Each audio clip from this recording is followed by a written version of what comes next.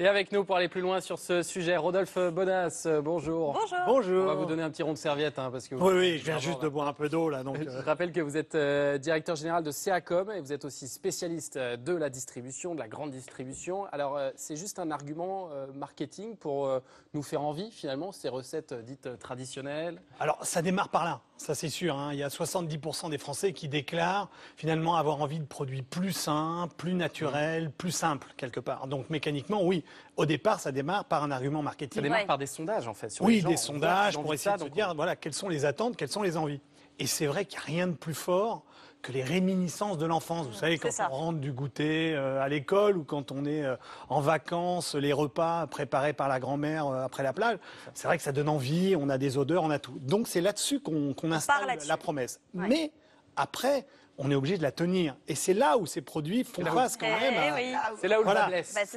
C'est là où ces produits sont finalement, on se rend compte que faire au niveau industriel des produits simples, c'est très hyper compliqué. Voilà, bah oui. C'est hyper compliqué. Dans le reportage, il est dit que les marques, elles n'ont qu'une seule contrainte en termes d'étiquetage, c'est de faire figurer ce qu'il y a dans le produit, mais il n'y a pas d'autres contraintes.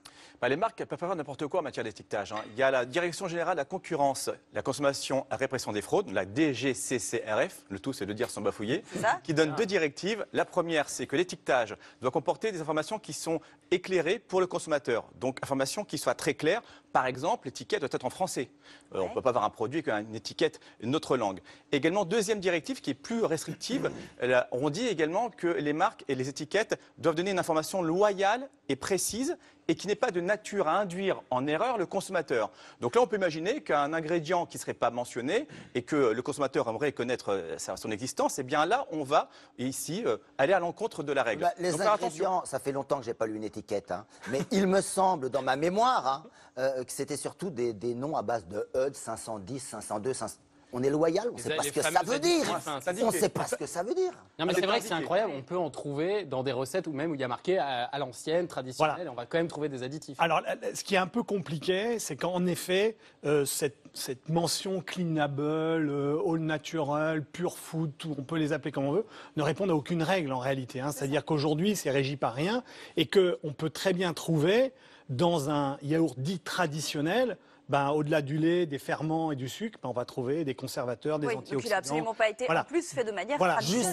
Jusqu'à 20 ingrédients supplémentaires, des ingrédients techno, les émulsifiants, etc. Il y a les associations qui se sont emparées, ce qui est un vrai, non pas fléau, mais un problème quand même. 20 ingrédients dits techno, c'est-à-dire toutes ces cochonneries dont on parlait mais en même temps, non, mais en même temps, Fabien, ça devient compliqué aussi. Si vous voulez, si je vous présentais parfois des produits 100% naturels fabriqués comme chez grand-mère, avoir une mousse au chocolat qui s'affaisse ou une crème par exemple une glace à la vanille. Qui imaginerait avoir une glace à la vanille qui ne soit pas jaune?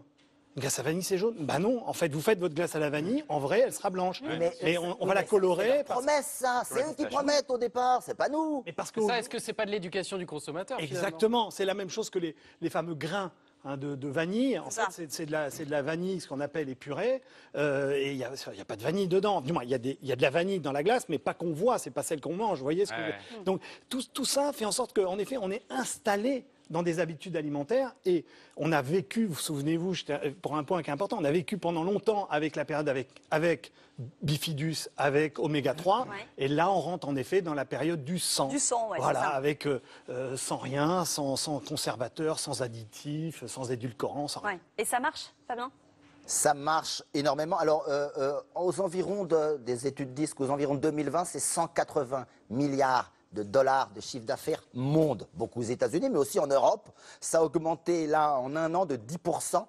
Et il y a 30%, c'est beaucoup de chiffres, mais c'est quand même significatif, de nouveaux produits sortis en 2016 sous l'étiquette Clean Label, c'est-à-dire fait à l'ancienne, etc. C'est parce que ça génère beaucoup d'argent. C'est ça qui compte, c'est pas nous donner l'ancien goût, etc. Mais ils sont contre-fiches, c'est faire du blé qui compte. D'où l'intérêt de bien informer et d'éduquer le consommateur. Exactement, et c'est là où il faut rappeler, surtout lisez les étiquettes.